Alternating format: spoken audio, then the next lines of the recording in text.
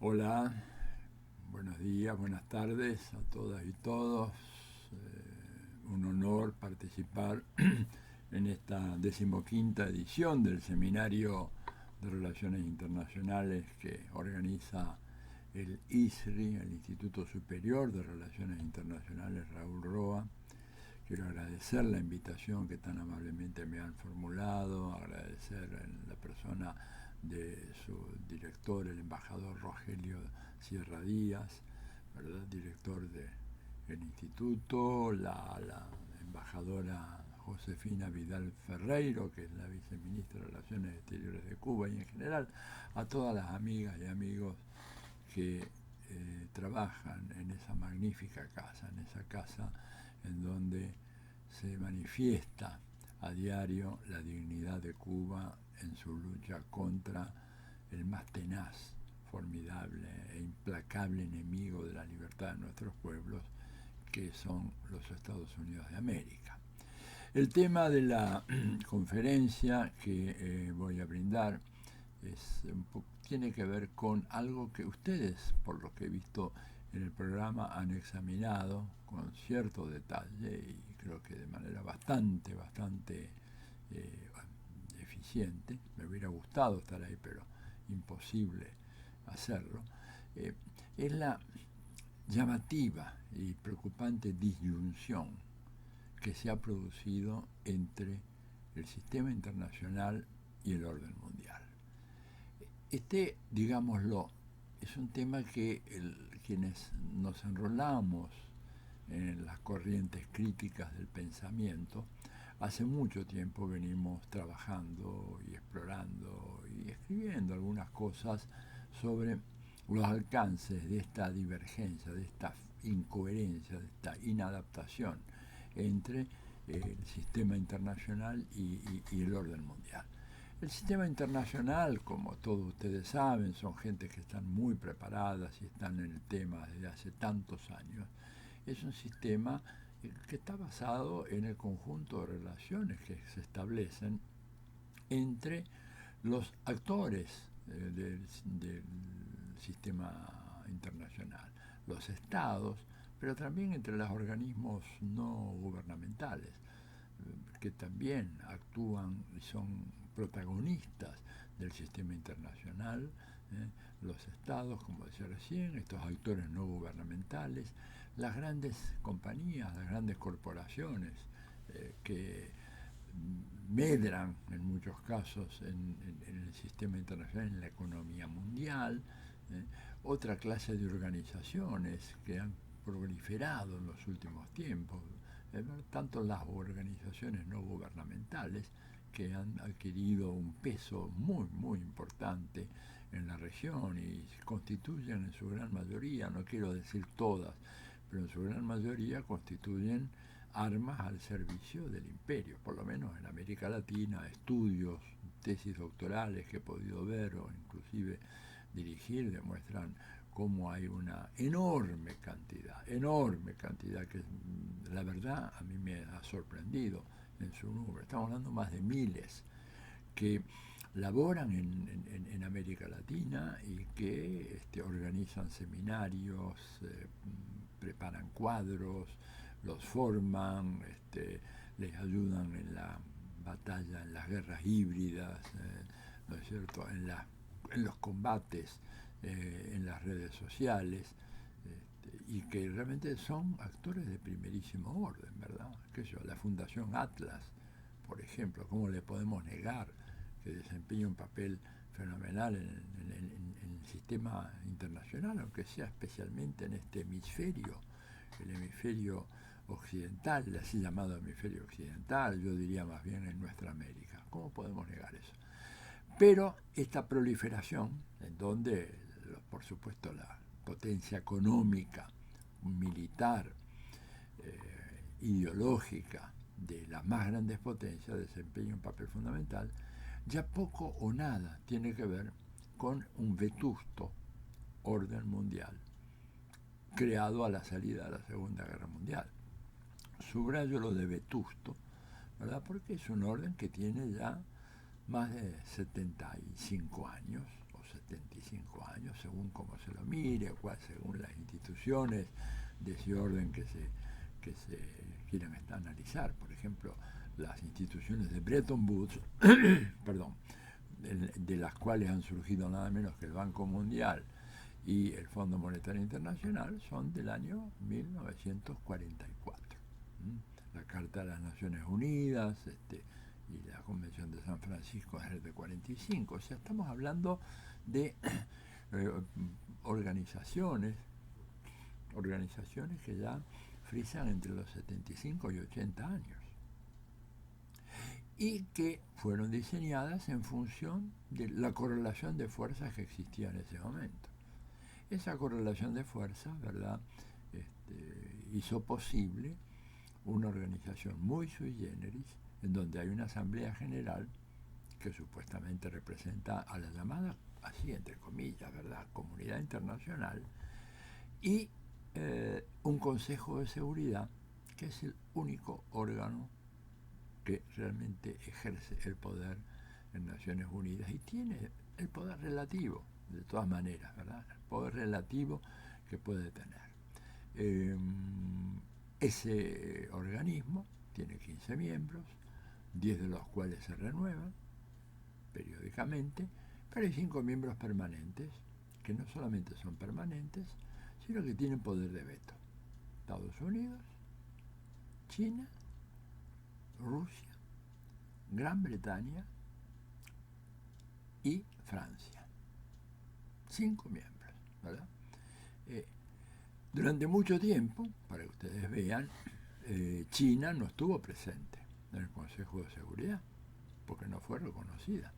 No fue reconocida como miembro de Naciones Unidas. ¿Quién estaba ahí? Estaba Taiwán.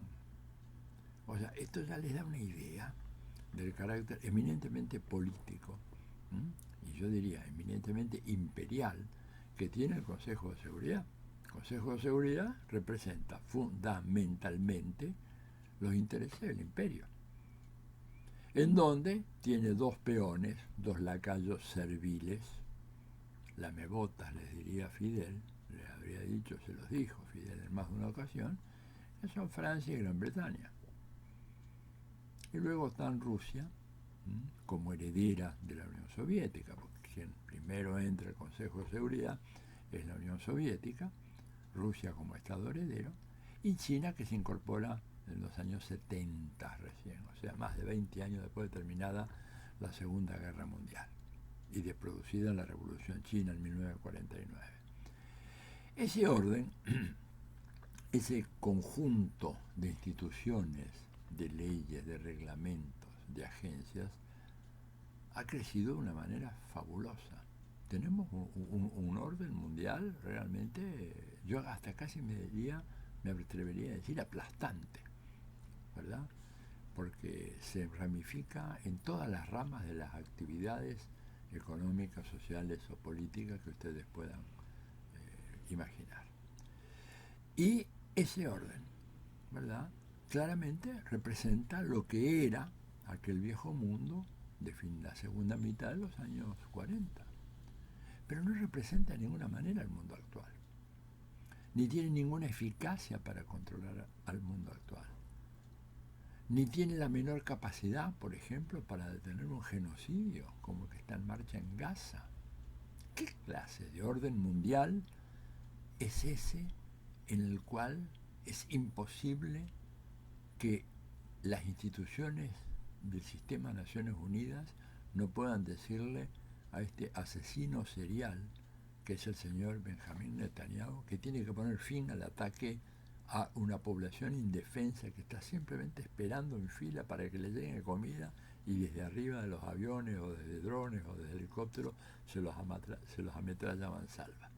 ¿Podemos llamar que existe un orden mundial? De ninguna manera. ¿Podemos hablar de que existe un orden mundial cuando tenemos una institución como la OTAN, que es la mayor, lo digo con total responsabilidad, la mayor organización criminal del planeta,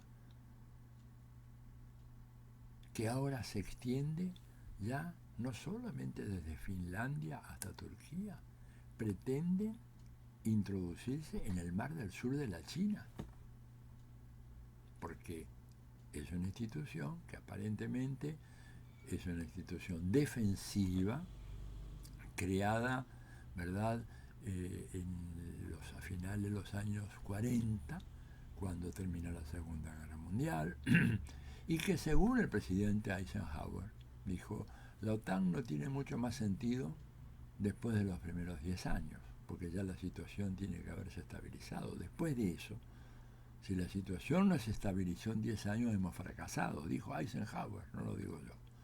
Bueno, miren lo que pasó con la OTAN.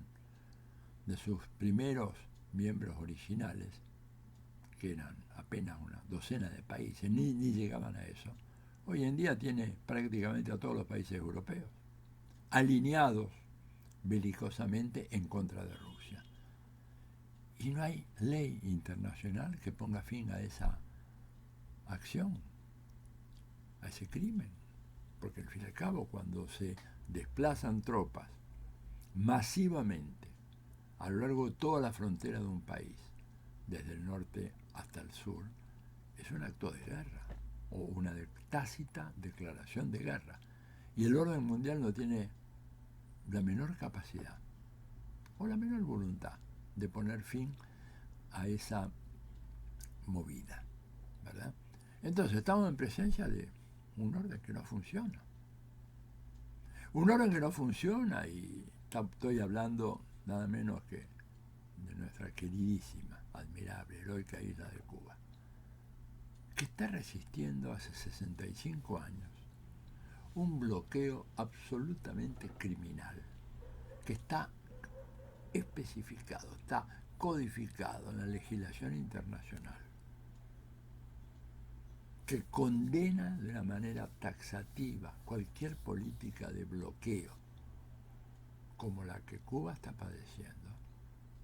Lo condena como un acto de guerra, como un acto de agresión. Y sin embargo, ese orden mundial no parece tomar nota de esta realidad. ¿Qué significa esto entonces? Bueno, significa que estamos en un proceso de desplome de ese orden, que ha demostrado que realmente no sirve para contener, regular los conflictos que hay en el sistema internacional. Es un orden que ha, de alguna manera, se ha fijado, se ha cristalizado en un momento de la evolución del sistema internacional, el momento de la posguerra, ¿verdad?, con los conflictos propios de aquella época, pero que el sistema internacional ha seguido cambiando, y mucho, ya se me voy a referir enseguida, y ante lo cual ese viejo orden prácticamente no tiene respuesta, es absolutamente inútil. Ustedes dirán, y bueno, pero cuestiones militares muy difícil. Bueno, pero es un orden que no ha servido ni siquiera en medio de la última pandemia del COVID-19. ¿Cuál fue el papel de la Organización Mundial de la Salud, de la OMS? Fue ponerse al servicio de los laboratorios norteamericanos y europeos. Una cosa escandalosa. Una organización que, por ejemplo, bloquea el avance de ciertas ramas en la industria farmacéutica, por ejemplo las que tiene Cuba, en relación a algunos de los temas relacionados con la diabetes, el pie diabético, etcétera, etcétera, en donde Cuba podría tener acceso a un mercado mundial que se beneficiaría de esos grandes avances que hizo la investigación médica cubana. Pero bueno, el orden mundial, que está controlado por Estados Unidos, y que eso significa que inclusive la Organización Mundial de la Salud y todas otras organizaciones internacionales que dependen de ella, en el fondo bloquean esa posibilidad para Cuba. Otro ejemplo, tenemos un criminal de guerra desatado como Netanyahu, cometiendo un acto de genocidio bárbaro, brutal, que sigue y sigue y sigue sin solución de continuidad. Un sádico perverso que representa, además, y hay que tener mucho cuidado de eso, representa un sector muy importante de la ciudadanía israelí, que convalida estos actos. Estamos en presencia de un régimen neonazi. Ha habido una lamentable involución en el sistema político de Israel, que ya no es, como se dice, una ejemplar democracia en Medio Oriente, la única democracia en Medio Oriente, como dicen pomposamente los analistas norteamericanos y algunos epígonos de los Estados Unidos en Latinoamérica y el Caribe.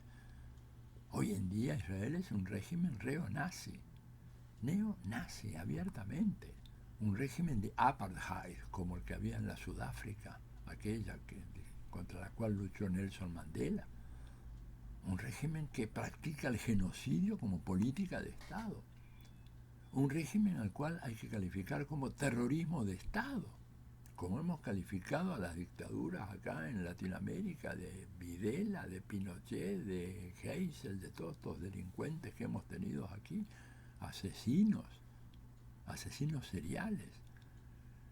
Y ante eso, ¿qué es lo que hay? Hay una orden de captura en contra de Vladimir Putin por la guerra en Ucrania, cuando las Fuerzas Armadas rusas en ningún momento abrieron fuego contra una población civil indefensa.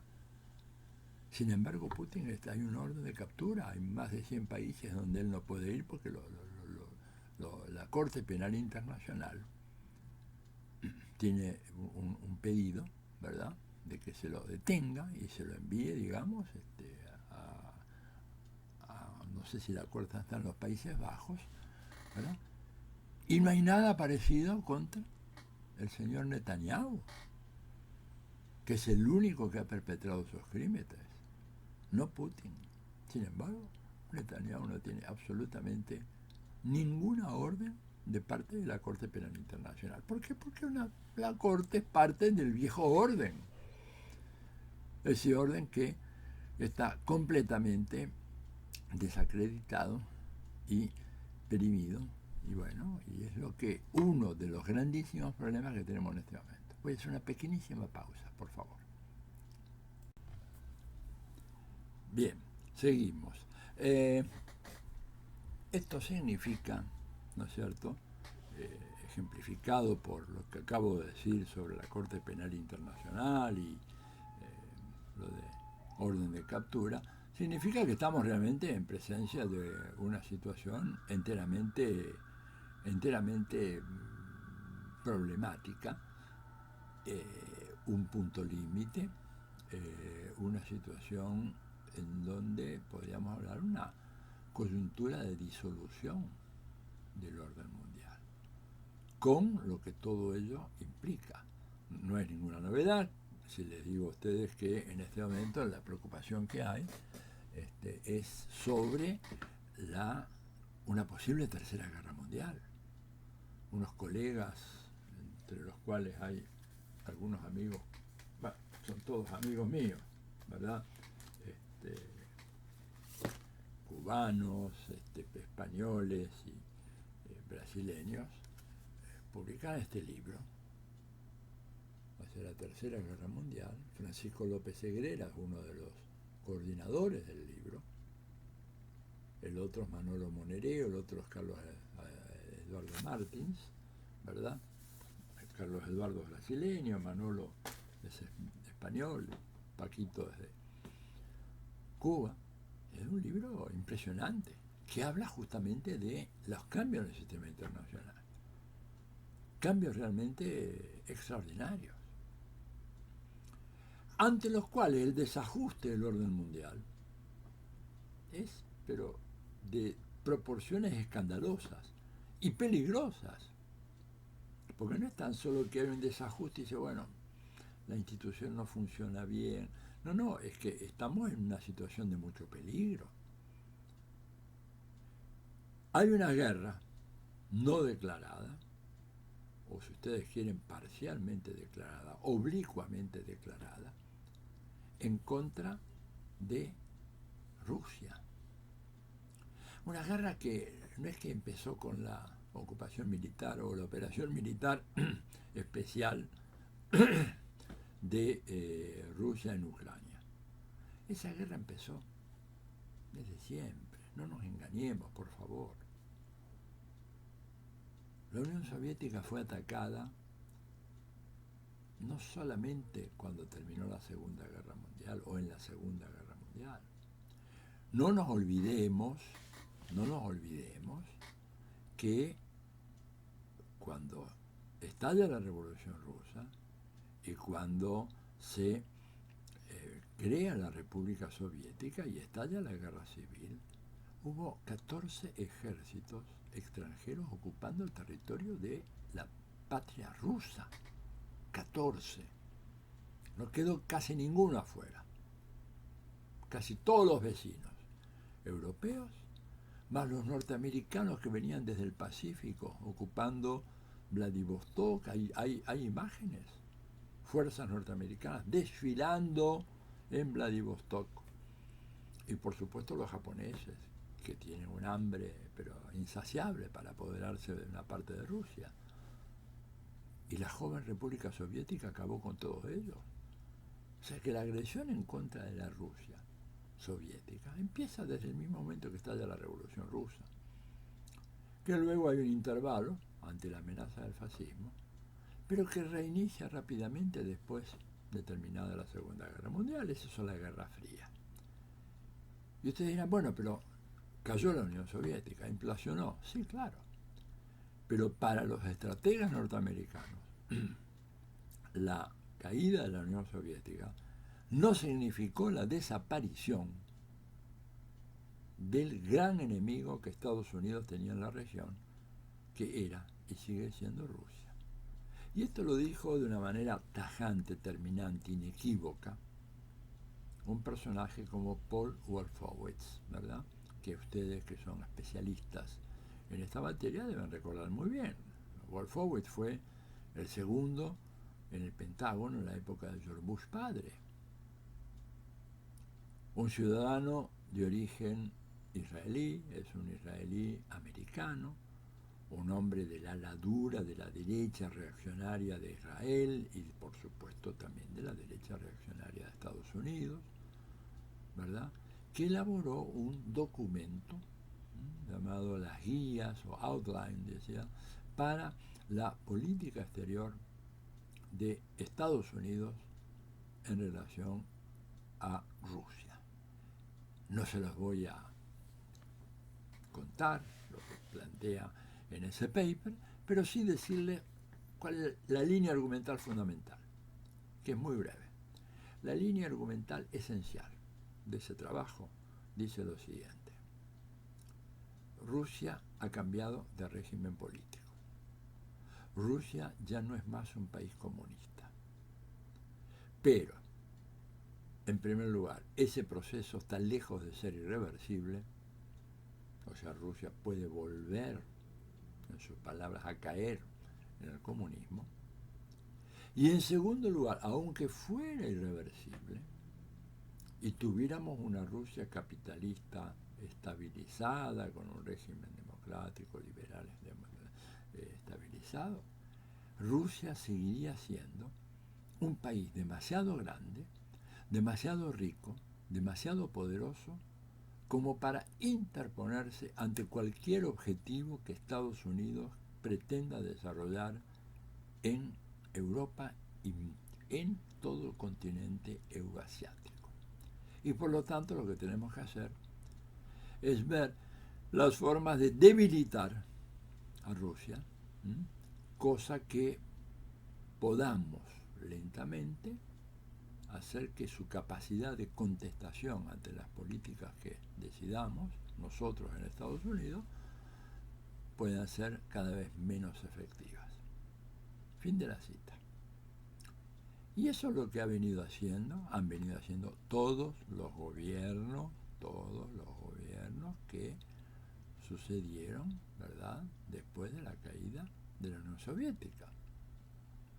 Sin ninguna duda. Entonces, estamos en una situación... Claro, esa guerra adquirió diferentes niveles de intensidad según los momentos. En la década de los 90, cuando Quiero asegurarme que la grabación siga. Sí, perfecto. En la década de los 90, cuando se produce el derrumbe y aparecen personajes como Gorbachev y sobre todo el siniestro Boris Yeltsin, Rusia se entregó totalmente a la voracidad implacable, insaciable de Occidente. Cuando digo de Occidente digo de los grandes capitalistas occidentales, de las grandes empresas, las grandes corporaciones, ¿verdad? Rusia fue saqueada, con la complicidad de algunos miembros de la nomenclatura soviética que se convirtieron rápidamente en capitalistas privados, empresarios privados que se apoderaron de las grandes empresas. Todo esto, sin embargo, comienza a cambiar a partir del 2000, cuando Putin, la estrella de Putin, se levanta, ¿no es cierto?, en el horizonte, y Putin toma las riendas de ese país. Bueno, una de las primeras cosas que hace es poner en caja a esa oligarquía empresarial rusa que se había vendido a Occidente y que había sido esquilmada inclusive por los occidentales, y recupera una parte importante de las más grandes empresas, sobre todo en el sector energético, que estaban en manos privadas y que volvieron a estar en manos, ¿verdad?, del Estado ruso. Y sobre todo aparece un fenómeno que modifica mucho el cuadro del sistema internacional. Rusia reaparece como un actor significativo en las relaciones internacionales, cosa que en la década de los 90 Rusia no contaba. Por eso los americanos empezaron a cantarlos al nuevo siglo americano, etc. Hubo pocas excepciones ante ese coro desafinado, yo diría, de borrachos de poder que pensaban en el fin de la historia. Francis Fukuyama, bueno, que hace unos años se arrepintió de eso, por lo menos tuvo la hidalguía de decir que me equivoqué y me arrepiento de esos errores, pero era un coro infernal, cantando todos a que ya había llegado el nuevo siglo americano, ¿verdad? Y hubo excepciones en ese cántico. Una excepción fue la de Zbigniew Brzezinski. Brzezinski dijo, ojo, cuidado con eso, tenemos peligros por delante, hay peligros que pueden hacer fracasar, naufragar esta idea del nuevo siglo americano. Y él identificó 3 peligros, ¿verdad? Una alianza que se fortificara entre Rusia y Europa, una alianza entre China y Japón, y una alianza que él decía la peor de todas, la que más debería preocupar a Estados Unidos, una posible alianza entre Rusia y China. Dice, esta es la amenaza más peligrosa. Por eso él decía que los cánticos estos de los del nuevo siglo americano eran chiquilinadas, decía, en inglés, they are just kidding, o sea, cuestiones de niños, una niñería, una bobería. Él no creía en eso, tampoco Kissinger creía en eso. Bueno, finalmente el peor escenario posible fue el que se concretó, la alianza entre China y Rusia, que se fortalece a medida que avanza la ofensiva de los Estados Unidos en contra de ambos países. En la medida en que Estados Unidos, en su desesperación, porque no puede controlar lo que pasa en el sistema internacional, y su orden mundial, el conjunto de instituciones, de leyes, etcétera, no funciona, no tienen capacidad de funcionar como para controlar todas estas nuevas relaciones, ¿verdad? No solo no funciona en la Corte Penal Internacional con Netanyahu, no funciona ni siquiera para garantizar la protección de lo que ellos llaman el libre comercio.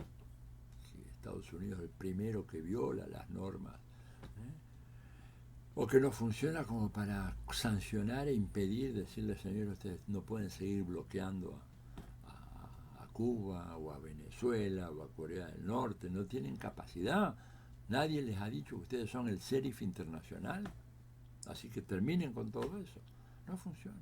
Claro, en el viejo sistema internacional, que era más débil, y ahora les explico por qué, ese orden de alguna manera podía contener los conflictos porque los challengers, los desafiantes, tenían menos peso. Pero hoy en día nos encontramos con una China, ¿verdad?, que es la mayor potencia mundial, medida por la paridad de poder adquisitivo, que es la verdadera medida con la cual se puede establecer, dimensionar el volumen de una economía, medido por paridad de poder adquisitivo. China hoy ya es mayor, una economía mayor que Estados Unidos. Y si la quieren medir con una medición convencional en dólares de los Estados Unidos, el devaluado dólar norteamericano, la tendencia muy clara es que en 4 o 5 años también con esa medida China va a ser la principal economía mundial. Y China es también, no solamente la mayor economía del mundo, China es también la mayor potencia industrial del planeta. Es la gran fábrica del mundo. Por supuesto, hay algunas ramas en las cuales, bueno, Taiwán o Singapur, etcétera, pero fíjense, yo estuve en China hace poco, Taiwán, Singapur, etcétera, y todas esas fábricas tienen su sede o sus plantas también en China. Yo las he visto, ¿verdad? Entonces, la potencia económica de China, la potencia tecnológica de China es impresionante. Modificó el tablero geopolítico y geoeconómico mundial. Y un dato más, es que China tiene hoy, con todo el tema de la ruta de la seda, la franja de la ruta, etcétera, todos los acuerdos que han venido haciendo la diplomacia china, que es una diplomacia que tiene una experiencia, yo diría, de miles de años, ¿verdad? Miles de años. Resulta que China hoy es el principal socio comercial, financiero o inversionista de más de 140 países en el planeta Tierra. Cifra jamás alcanzada por Estados Unidos en toda su historia. En el apogeo de la dominación norteamericana, la década de los 50 y principios de los 60, ni siquiera en ese momento Estados Unidos llegaba a una cifra que fuese a la mitad de la cifra que tiene hoy China. Entonces hay un cambio en la distribución del poder económico a nivel mundial, no solamente por China, India, que estaba relegada, tercera economía del mundo, Rusia, que había dejado de ser un actor en los años tragicómicos de Yeltsin y Gorbachev, se recupera económica y políticamente, se reunifica económica y políticamente bajo un liderazgo formidable,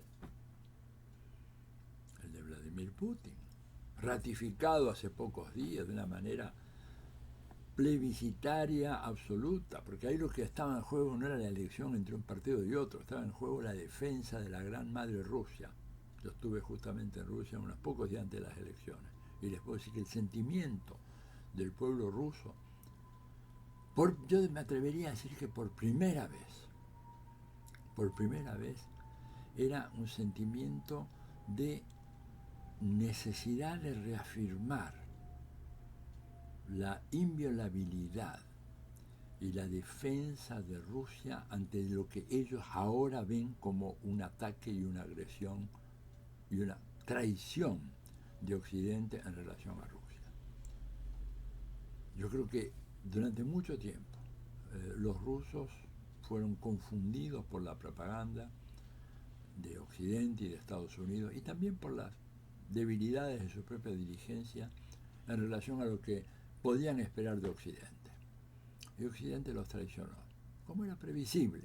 Le hubieran preguntado a un dirigente cubano, a uno de Venezuela, a alguno de nuestros países, les hubiera dicho cómo iba a actuar Estados Unidos y sus lacayos europeos, porque no merecen otro nombre. Y ellos ahora se dieron cuenta, finalmente se dieron cuenta. Eso fue lo que sucedió este domingo pasado ahí viernes, sábado y domingo en Rusia, las elecciones, por eso la victoria abrumadora. Putin instala nuevamente a Rusia como gran actor protagonista, ¿verdad? Y ese protagonismo evidentemente altera el sistema internacional. Y Rusia no va a ser la que era antes, jamás, no va a volver a ser la que era antes, no hay manera. Rusia está lanzada. Además, Rusia, no solo en términos económicos, paradojalmente, las sanciones económicas que se fijaron en su contra debido a la operación de Ucrania, resulta que han fortalecido la economía rusa. La economía rusa está creciendo al 2,5%, mientras que la economía alemana está decreciendo al nivel del 0,3-0,4%.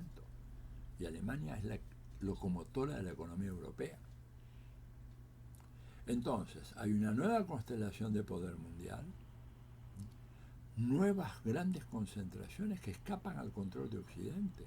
Los BRICS que ya hoy, con 5 miembros, representan un volumen de producción, una potencia económica superior a la del G7. Los BRICS eran más gravitantes en la economía mundial que el G7. Claro, el G7 controla los grandes mecanismos, ¿verdad?, del orden mundial decrépito y que generan todos estos conflictos, ¿verdad?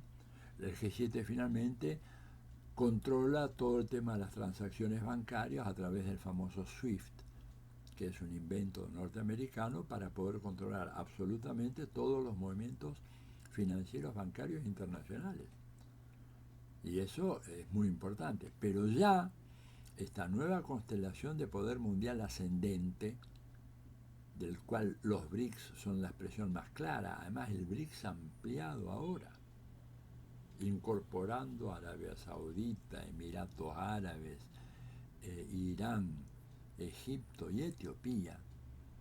Incorporaron también a la Argentina, pero para desgracia de los argentinos, y creo que también es una desgracia con proyecciones a nivel internacional, con este gobierno infame de este personaje retrógrado, reaccionario, racista, arrastrado, que lo único que quiere es la palmadita de los Estados Unidos y Netanyahu, un personaje siniestro, del cual estoy seguro nos los vamos a sacar de encima más pronto que tarde.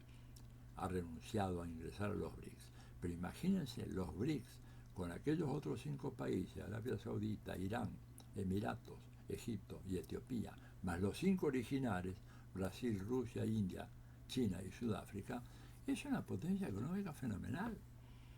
Y están por ingresar en los BRICS Venezuela, por ejemplo, uno de los países que está ahí, Nigeria. Digo, es una constelación de poder internacional que modifica completamente el mapa del sistema internacional. Y el gran problema es cómo crear entonces un orden mundial.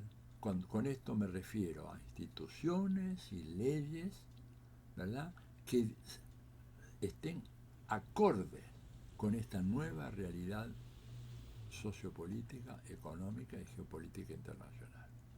Algo que nos lleve, estoy mirando, con el tiempo, ya llevo 38 minutos, les pido 1000 disculpas, pero voy cerrando. Algo que nos lleve a una situación como la de la conferencia de San Francisco, que vino después de una gran guerra. Pero acá, la verdad es que no tenemos una situación así.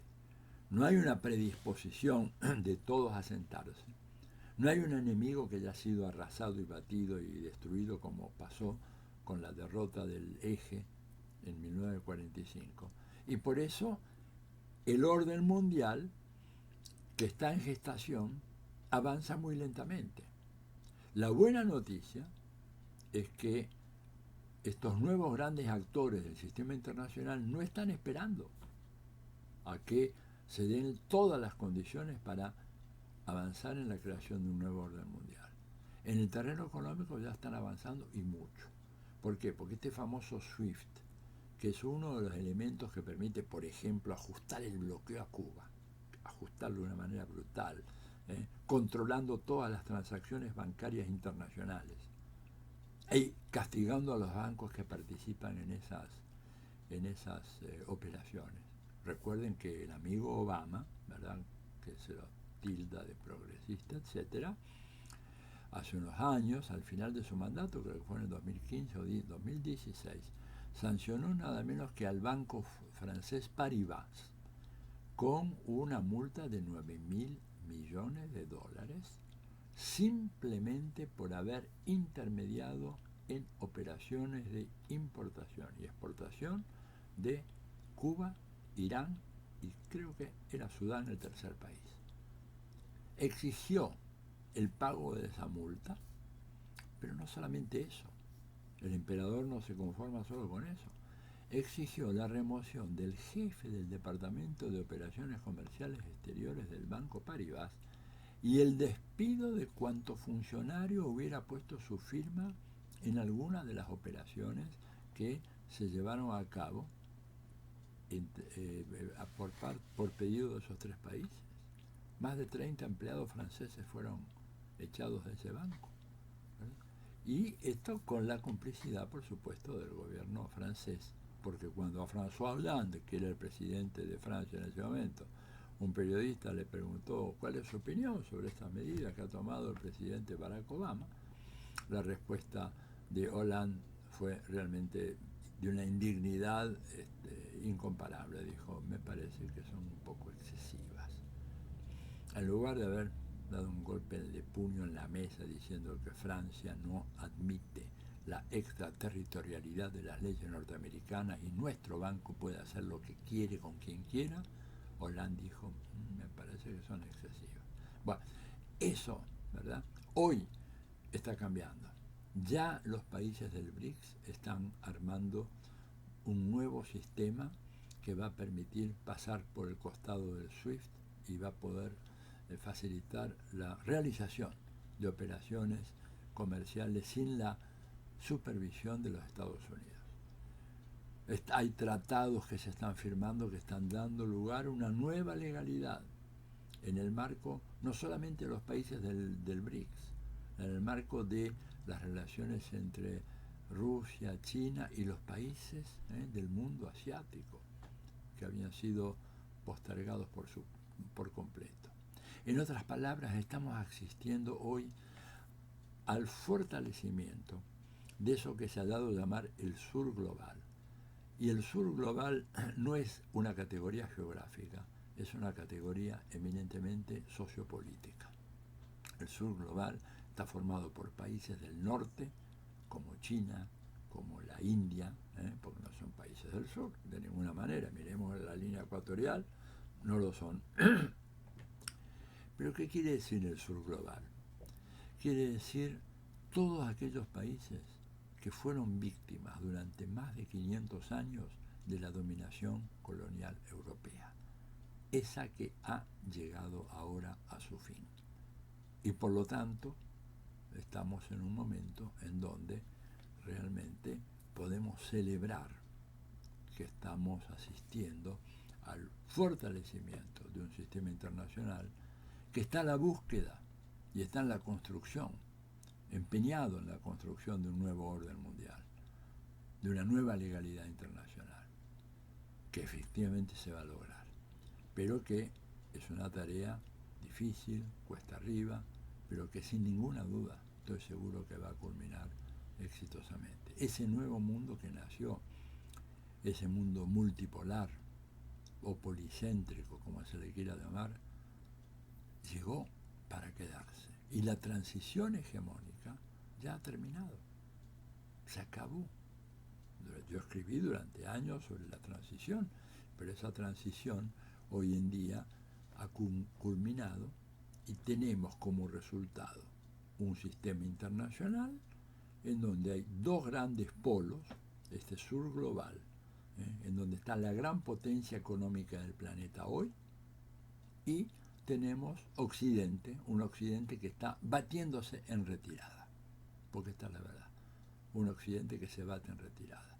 Y ese sur global está creando sus propias instituciones, está respondiendo al desafío de crear una legalidad al margen de Europa. Lo que me decían en Rusia la semana pasada, hace un poquito más de la semana, era Occidente trató de aislarnos, trató también de aislar a China. El resultado es que quien quedó aislado es Occidente. No tiene Occidente ninguna capacidad como para recuperar el liderazgo que supo tener durante siglos. Es cosa del pasado y esto es irreversible. Y el gran desafío nuestro, me decían, es crear esa nueva legalidad que responda a esta nueva realidad. El gran desafío. Y ahí América Latina tiene mucho para ofrecer. Y Cuba, con su enorme experiencia de resistir 65 años de bloqueo, tiene mucho que hacer en la creación de esta nueva legalidad internacional, porque es una experiencia única. No hay otra experiencia en el mundo de un bloqueo que haya durado tanto tiempo. Y esto le ha dado a Cuba, aparte de enormes sufrimientos y enormes dificultades, pero una capacidad de comprender minuciosamente cómo funciona el sistema y cuáles son las trampas y todas las cosas leguleyas que de alguna manera se pueden utilizar para dominar a los pueblos, que van a ser de gran utilidad en la gestación de ese nuevo orden mundial.